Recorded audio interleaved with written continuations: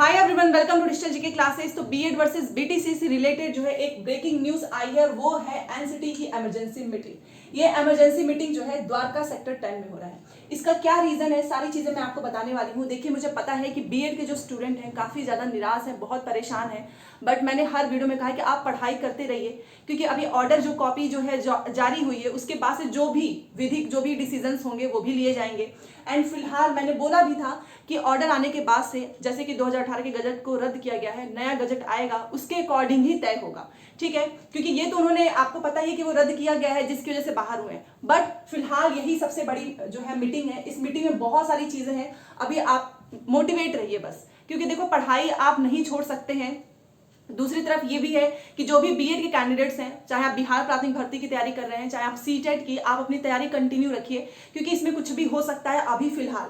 और जैसे ही आपको पता है कि ऑर्डर आने के बाद से, मैंने बोला था कि चाहे बीपीएससी हो चाहे यूपी हो, ये सभी जो है वेट कर रहे हैं एनसीटी की अधिसूचना का, ठीक है। क्योंकि एनसीटी की जो अधिसूचना आएगी, आपको पता है कि उसी के अकॉर्डिंग एलिजिबिलिटी मिली थी, चाहे वो बिहार हो चाहे कोई भी स्टेट हो, ठीक है। तो सबसे पहले मैं आपको बताना चाहूंगी कि एनसीटी की इमरजेंसी मीटिंग शुरू हो चुकी है। आप सभी से ज्यादा जल्दी इन्हें भी है, क्योंकि आपको ही पता है जब गजट रद्द हो जाता है तो अभी प्रेजेंट में तो कोई है ही नहीं इन्फॉर्मेशन कि किसके हिसाब से जो है जो अहर्ता है, जो एलिजिबिलिटी तय की जाएगी। तो इसलिए मैंने बोला था कि आपको थोड़ा सा बस संयम बना के रखना है। और इनकी मीटिंग स्टार्ट हो चुकी है द्वारका सेक्टर 10 में, बीएड प्राथमिक बाहर से रिलेटेड। क्योंकि जब से ये खबर आई, जब से जो है जजमेंट आया, आप जानते ही हैं, जब से गजट को रद्द किया गया, तब से ये भी ज्यादा एक्टिव हो चुके हैं, इसलिए इन्होंने मीटिंग भी स्टार्ट कर दी है। देखिए, मैं आपको एक चीज बोलूंगी, जैसा कि बिहार से बहुत सारे बच्चों का कमेंट आ रहा था कि क्या करें, तो आपको पता है कि जैसे ही इनकी मीटिंग कंप्लीट हो जाएगी, उसके बाद से ही, चाहे बिहार हो चाहे यूपी हो, वहां पे आपको इन्फॉर्मेशन देखने को मिलेगी इनके ऑफिशियल वेबसाइट पे, और सभी जो है यही फॉलो करने वाले हैं। दूसरी चीज मैं आपको बताने वाली हूँ कि देखिए, सुप्रीम कोर्ट ऑर्डर पर जो है विचार विमर्श करने के लिए जो है ये इमरजेंसी मीटिंग बुलाई गई है, ठीक है। क्योंकि उसमें गजट में आपने देखा होगा स्टेट जो है कोई बाध्यकारी है या नहीं है, ये सारी चीजें नहीं लिखी गई हैं। उन्होंने केवल वही चीज बोला है कि एनसीटी ने अपना खुद का फैसला नहीं लिया है, इसीलिए इस पे सुप्रीम कोर्ट पर जो है जो ऑर्डर आया है, इस पे विचार विमर्श हो रहा है, जिसके लिए फिलहाल जो है इमरजेंसी मीटिंग बुलाई गई है। दूसरा, जिसमें एनसीटी के जो सेक्रेटरी हैं मिस केसंग वाई शेरपा, जो कि आयरस हैं, ये जो है इसकी अध्यक्षता करने वाली है, ठीक है। ये इन्फॉर्मेशन आप सभी के लिए बहुत काम की है। और एक चीज और मैं बोलना चाहूंगी कि देखिए, आपातकालीन मीटिंग स्टार्ट हो चुकी है। आपको आज ही रात तक या फिर जब भी जैसे ही इन्फॉर्मेशन आएगी, इनकी जो भी अधिसूचना होगी उसमें क्या चीजें लिखी होंगी, वही चीजें आगे फॉलो होने वाली है। इसलिए आपको थोड़ा सा वेट जरूर करना है, और मैं अपने चैनल से ही बता दूंगी। दूसरी चीज देखिए, इसमें 2018 में जो गजट आया, इन्होंने इसमें यह चीज बोला है कि 2018 में जो गजट था उसमें जो भी त्रुटियां थी, जो भी कमियां थी, उसका हम सुधार करेंगे और नया गजट जारी करेंगे। तो इस वजह से जो है इमरजेंसी मीटिंग बुलाई गई है। देखिए, त्रुटियां तो थी, क्योंकि अगर एनसीटी ने, मेन मुद्दा यही है कि एनसीटी ने अगर अपना खुद का इंडिपेंडेंट फैसला लिया होता तो शायद आज ये नहीं होता। तो इसी वजह से इसमें जो भी कमियां हैं, जो भी सुधार है, जो इन्हें लगेगा कि हमको इसका सुधार करना चाहिए, वो सुधार करेंगे। और नया गजट, देखिए ये नया गजट जो है बहुत इंपॉर्टेंट है। इसीलिए मैं आप सभी से कह रही थी कि अभी फिलहाल आप ये मत सोचो कि हम पूरी तरह से बाहर हो चुके हैं। बहुत ज्यादा ऐसे कमेंट आए, देखिए चाहे आप डीएलएड हो चाहे बीटीसी हो, चाहे आप डीएलएड है चाहे आप बीएड है, सभी बराबर ही हैं, ठीक है ना। एक फैमिली में ही एक बच्चा जो है बीएड कर लेता है, दूसरा डीएलएड, तो आपस में ऐसा नहीं हो सकता है कि आप किसी को बोले कि ये बाहर हो गया बहुत ज्यादा अच्छा है। जी नहीं, दोनों समान है, दोनों बराबर है। इसीलिए अभी फिलहाल जो है थोड़ा सा पेशेंस बनाना है, खासतौर पर बीएड स्टूडेंट। देखिए, मैं आप सभी से एक चीज बस बोलूंगी कि जो मीटिंग चल रही है, इसके बाद से जो भी फैसला होगा, जो भी इसमें इंफॉर्मेशन होगी, वो आप सभी के लिए काफी इंपॉर्टेंट है। दूसरी चीज है कि जितने भी सभी टीचर ट्रेनिंग को ध्यान में रखकर निर्णय लिया जाएगा। देखिए, आप सभी एक चीज तो जानते हैं कि यहाँ पर कुछ ऐसा गजट बनाना या फिर क्या क्या चीजें होनी चाहिए, ये चीज तो नहीं हुई थी। अब ये इनकी रिस्पॉन्सिबिलिटी है एनसीटी की, इसीलिए मीटिंग बुलाई गई है। जो भी 2018 में जो भी कमियां इनको लगेंगी वो इसका चेंज करेंगे, और एक चीज टीचर ट्रेनिंग को ध्यान में रख कर करेंगे, ठीक है। तो अब फिलहाल देखते हैं कि टीचर ट्रेनिंग को ध्यान में रखकर इनका क्या निर्णय आता है, जो कि आयरस जो है उन्हीं की अध्यक्षता में होगा। दूसरी चीज की इसमें एक चीज और बोला गया है कि आपने बीएड किया है, डीएलएड किया है, विशिष्ट बीटीसी किया है, आपने कोई भी टीचर ट्रेनिंग की है, हम उसका जो है अहित नहीं होगा। तो जब इतने बड़ी स्टेटमेंट इन्होंने दे दिया है कि इसका अहित नहीं होगा, इसीलिए इन्होंने इमरजेंसी मीटिंग बुलाई है। तो बहुत इंपॉर्टेंट हो जाता है एनसीटी इमरजेंसी मीटिंग का परिणाम। देखिए, ये इमरजेंसी मीटिंग इसलिए भी होना जरूरी था क्योंकि आपको पता है करंट में एग्जाम्स चल रहे हैं, और सबसे ज्यादा आपको पता है कि बीपीएससी हो गया, सीटेट हो गया, केवीएस हो गया। ये रीजन समझिए। आपको पता है केवीएस का रिजल्ट के बारे में सभी को पता है, सीटेट का एग्जाम होने वाला है, बीपीएससी का भी एग्जाम होने वाला है।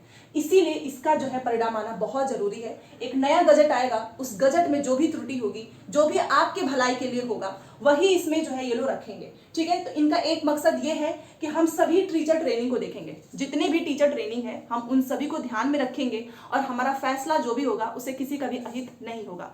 तो फाइनली जो है इनकी मीटिंग स्टार्ट हो चुकी है।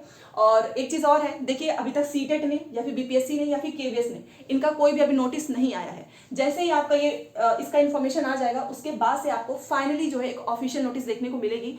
इसीलिए आपको अब जो है कोई भी इधर उधर की बातें नहीं सुननी है, क्योंकि आप भी जानते हैं कि जो सुप्रीम कोर्ट का जो जजमेंट आया है उसे कोई बदल नहीं सकता है। दूसरी चीज कि एनसीटी ये इंपॉर्टेंट हो जाती है क्योंकि यही तय करती है एलिजिबिलिटी, जो कि राज्य में जो है लागू किए जाते हैं जो भी एग्जाम्स होते हैं।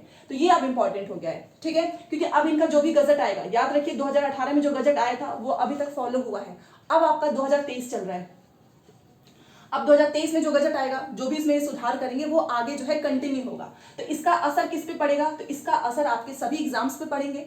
इसका असर, हाँ एक चीज और है कि जो पहले परीक्षाएं हो चुकी हैं, मान लो जिसमें नियुक्ति मिल चुका है, उस पर इसका कोई असर नहीं पड़ने वाला है। बट इसका जो अब एग्जाम होगा, चाहे आपका केवीएस हो, बीपीएससी हो, सीटेट हो, यूपी टेट हो, सुपर टेट हो, इसका असर अब उस पर पड़ेगा। हाँ, बट ये ऐसा नहीं है कि ये आपके जो है भलाई में नहीं, आपके भलाई के लिए है। तभी इन्होंने इतनी बड़ी बात बोली है कि हम सभी टीचर ट्रेनिंग को ध्यान में रखकर ही निर्णय लेंगे, ताकि सभी का जो है वो ताकि सभी का जो है भलाई हो। ठीक है, तो अब आपको क्या करना है वो ध्यान से सुनो। अब आपको थोड़ा सा वेट करना है, जितना जल्दी एनसीटी की मीटिंग खत्म होगी उसके बाद से आपको पता है ये ऑफिशियल नोटिस जारी कर दिया जाएगा कि इनके गजट में जो इनका नया गजट आएगा, नया गजट क्या, ये लोग 2018 के ही गजट में सुधार करने वाले हैं। तो जो भी सुधार होंगी वो आपके काम की है। ठीक है, तो अभी आपको क्या करना है, आप अपना बीपीएससी सीटेट इसका तैयारी करो। बाकी केवीएस का तो आपको पता ही है, रिजल्ट अब इसका बहुत जल्द आने वाला है। ठीक है, एंड जो लोग यूपी टेट की तैयारी कर रहे हैं आप वो भी कीजिए। अब आप अपने मन में ये मत सोचो कि हम पेपर देने जाएं या ना जाएं, क्या करें, क्योंकि फिलहाल सिचुएशन किसी को नहीं पता है कि इसके बाद से डिसीजन क्या होने वाला है, क्या चीजें इंक्लूड होंगी। तो ये इन्फॉर्मेशन मुझे आपको देनी थी। एंड आपने मॉर्निंग में ही देखा होगा, बहुत सारे जो हैं, चाहे बिहार का, उन्होंने भी बोला है कि हम, शिक्षा विभाग ने बोला है कि जैसे एनसीटी की गाइडलाइन आएगी हम उसको फॉलो करेंगे। और आपने यूपी में भी देखा होगा, जो अपर मुख्य सचिव हैं उन्होंने भी बोला कि जो जजमेंट आया है हम एक बार उस पर विधिक जो है राय लेंगे, लीगल एडवाइस लेंगे। तो ये सारी चीजें वही चल रही है। ठीक है, अब ये जो आपका चल रहा है ना, द्वारका सेक्टर में जो मीटिंग चल रही है एनसीटी की इमरजेंसी मीटिंग, इसके बाद से सभी को राहत मिलेगी, क्योंकि अभी तक सब ऊपर से ही ऊपर है। क्योंकि जो जजमेंट आया उसमें भी क्लियरली ये तो है नहीं कि आपको कब से लागू करना है, क्या करना है। राज्य सरकार, उन्होंने तो सीधे राजस्थान जो हाईकोर्ट है उस गजट को ही, उसको ध्यान में रख के गजट को ही रद्द किया है। तो नया गजट तो नया गजट तो बनेगा ही, ये तो आप सभी जानते हैं। तो अब आपको क्या करना है, देखिए अब आप सभी से एक रिक्वेस्ट है कि प्लीज कमेंट में बीएड या फिर डीएलएड इन दोनों के अगेंस्ट में मत जाओ, क्योंकि अभी जो भी चीजें हुई हैं आपको भी पता है कि वो फाइनली नहीं है। फाइनल जब हो जाएगा उसके बाद से आपको सोचना है कि आपको आगे क्या करना है। वहीं दूसरी तरफ चाहे बीएड के कैंडिडेट्स हो, मैं आप सभी से हमेशा बोलती हूँ कि आपको एस्टेट पेपर 1 एंड पेपर 2 इसका फॉर्म जरूर भरना है। DSSB का जो टीजीटी है इसका भी फॉर्म आप जरूर भरिए। ठीक है, क्योंकि अभी जो है जैसे यदि सूचना जारी हो जाएगी तो आप सभी जान जाएंगे कि आपको क्या करना है।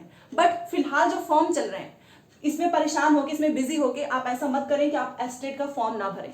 यह भी गलती मत करना कि आप सीटेट, क्योंकि देखो सीटेट पेपर 1 एंड पेपर 2 यही सबसे बड़ा क्वेश्चन आ रहा है कि पेपर 1 हम देने जाए या ना जाए। आपको तैयारी तो करनी ही होगी, क्योंकि अभी आपके सामने कोई परिणाम नहीं आया है, आपके सामने अभी कोई ऑफिशियल